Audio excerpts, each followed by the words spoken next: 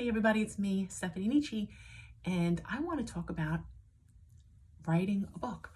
So when people find out that I have books published, many times what they say to me is, I want to write a book myself. Or if it's someone that I know and we're having a conversation about something, they may, say to me, you know what, I want to write a book. Can you tell me a little bit about, how it went, or your publishing process and what you did. So anyway, a lot of people would say, when people say I want to write a book or how do I start, a lot of people might say start from the beginning. I don't say start from the beginning, because with a book you don't have to start from the beginning.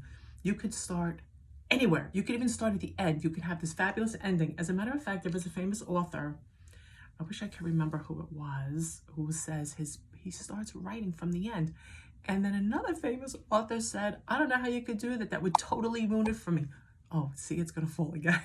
But anyway, which I thought was very interesting, because that teaches us something as writers or as aspiring writers.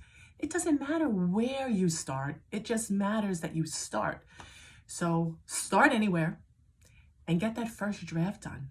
And then you work on it. I mean, it's time consuming. It's a process. You could even start it off as a short story, but one word leads to 2 words, leads to 3 words, leads to a sentence. Sentences lead to paragraph. Paragraphs lead to pages, and pages lead to chapters. So you have to remember that. Just go slow. And then sometimes you might write something and then you might say, oh, I can't do this. I can't do this anymore. This is all I got. So you take a break. You take a break and you go back to it. And maybe you're not the best speller in the world. That's okay, because that's what, spell checkers are for, and that's what proofreaders are for. And that's really too, when you put things in your laptop, you have those corrections available to you. You know how it gives you like the little red line? It lets you know that the word is spelled incorrectly, unless it's a word, that you're using, like in my first book, The Smoke Tree. Instead of grandma or grandmother or grandmom, I did grandma. So for me, that was Grammaw. That was a different spelling.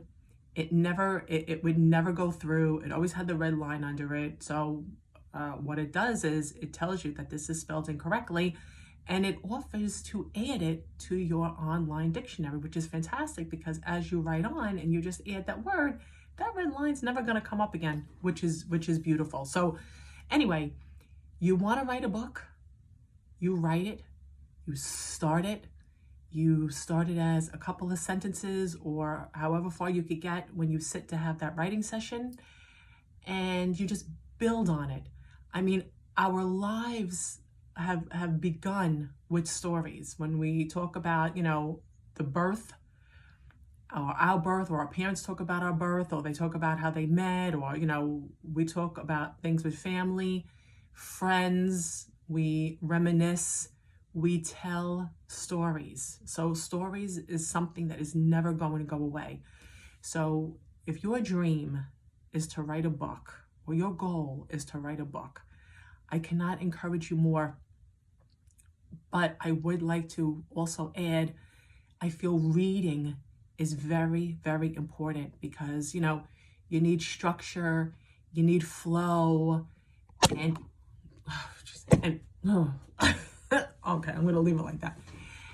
And when you read it back to yourself, you'll see, you read it out loud, and then you read it back to yourself, and then you'll see if there's a flow. And a lot of times your laptop may even read it back to you, for you, which is great, because you could pick up the things that don't sound right.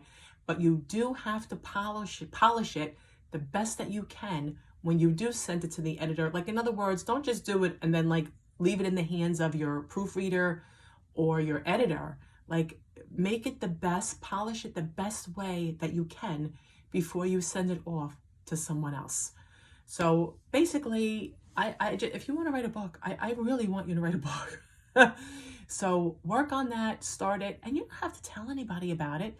This is something you can just do yourself. It's not something that other people need to know. I feel, tell no one. You know what I mean? Because people will, maybe critique you or ask you to read it or ask what your story's about, or, try to add their 2 cents. I mean, I hate to say it like that, but yeah, they'll start giving you story ideas, and then maybe the idea that they gave you was something you were already thinking about, and then you're like, well, how am I going to use that? Because, Lisa told me about that, or, something along those lines, but you may have already been thinking about it. And even if you weren't, as you write the story, these are the things that come up in your mind as the story starts to continue and build and grow.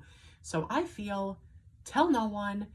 And you can also take some, like maybe at the library, at the bookstore, there's writing groups that get together, and, everybody supports each other there, reads each other's work. You get to, surround yourself with like-minded people. You got to be in it, like they say about the lottery. You got to be in it to win it. Well, in the life of an author, I feel you need to surround yourself with like-minded people, and that goes for so many things, because you get that energy, that thing is going, and that thing inside of you. And when it's happening with other people, I mean, it's electric. It's just, nothing feels like that in the world. When you like to do something and other people also enjoy doing it, and you're doing, and you could share experiences and bounce ideas off of each other if you like, or just talk about the writing process, or any questions, or anything. So yeah, I'm telling you today, if writing a book is your dream, if writing your book is a goal, or something that you just, feel you want to do, you have stuff to get out, sit down and start it today.